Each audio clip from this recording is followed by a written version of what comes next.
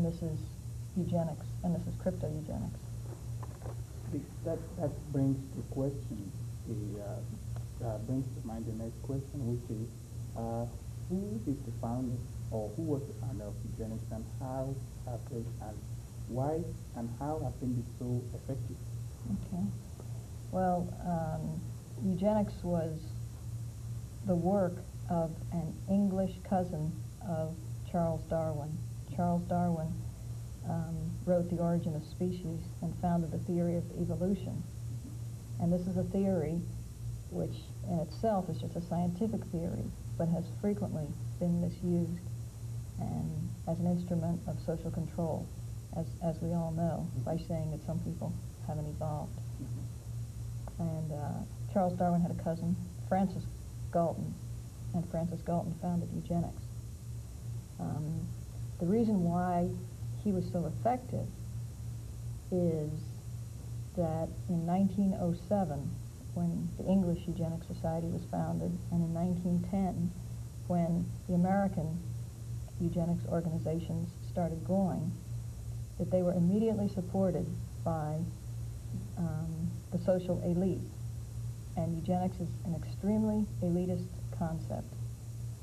These wealthy and powerful people, who in America included Mrs. E.H. Harriman, who was the wife of the founder of the Union Pacific Railroad, and who included the Rockefellers in the 30s and in the 60s. And in England, they included the head of the International Masonic Study Club, and they included the heads of the British Medical Association, and they included the English king's personal physicians. So they were extremely powerful people, and extremely elitist, unfortunately. And these people, because of their high position, were able to spread their ideas. And during the 30s, you know, eugenics was a word that was well known. You can't understand the 30s, really, unless you know what eugenics is. And eugenics led directly to Hitler. I mean, there was a group, there was an International Federation of Eugenical Organizations. And in 1934, after Hitler had come to power, the head of this International Federation of Eugenical Organizations was Professor Ruden of Munich. And he had founded the German Eugenics Society, and Hitler gave him a medal thanking him for, you know, the work he did to develop Hitler's own ideas.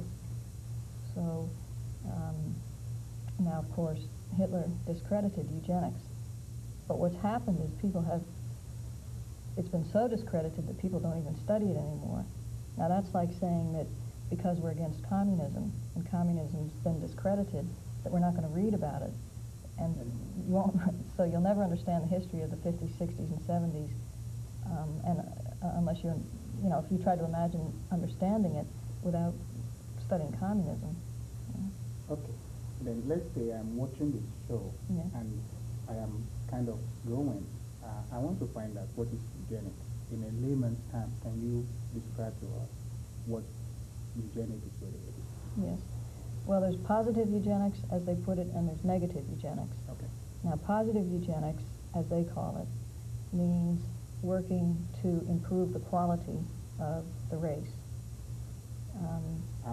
Let me cut you in. Yeah. When you say the race, which race are we talking about? Well, in the 30s, they were talking about the white race. Okay. There's no question about it. Okay. And if they were to think of improving the human race, it was by getting rid of anyone who was a little bit darker. You know, there's no two ways about it. But of course, being that it came from England, the English were also interested in getting rid of the Irish race. Okay. And the Wait a minute. Germans wanted to get rid of the Jewish race.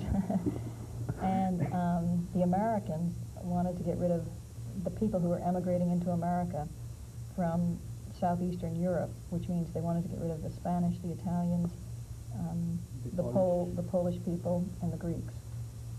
And Are these people nowadays, are they not called the Europeans? I mean, the Spanish, the Portuguese, Welsh people. They are now Europeans. Yes, But they are. then we want to get rid of them. Well, there's a lot of, we're talking about a 70-year history. Now, the English and American eugenicists, who do not represent the whole of America, but, you know, they wanted to get rid of the blacks, the Jews, and the Irish. It's that simple. And the English wanted to get rid of the Irish because they always have wanted to get rid of us. My name's Keith. And the Americans wanted to get rid of, they didn't like the people who were emigrating in. And the people in the American Eugenics Society were responsible for the immigration restrictions. And those immigration restrictions are the reason why when the Jews tried to flee Hitler, that they were not accepted. I mean, it's the Eugenics Society that caused those deaths.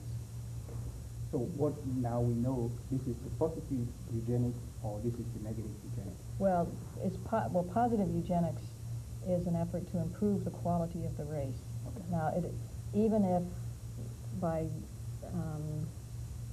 you can take an attitude which is taken now, you could say that you're going to cull out of every single race that exists all the people who are sick and ill. And this would be positive eugenics. And this is more the direction they go in now.